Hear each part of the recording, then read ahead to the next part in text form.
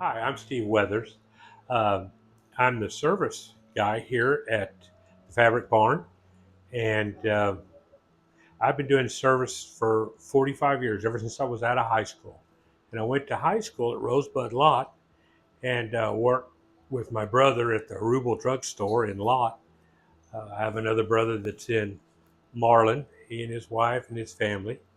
Um but I have retired from owning stores to just coming in and repairing on the first Wednesday of each month here in Rosebud. I am going to be teaching some classes. It's my dog. This is Sugar.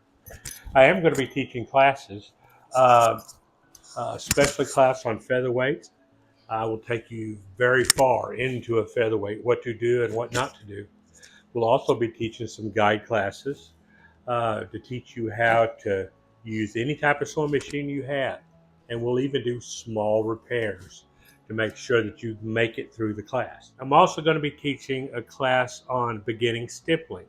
Stippling is a lot easier than you might think, but I make it very simple. It's about a 2.5 hour class, depending on how many people we have in the class, and it's a hands-on class.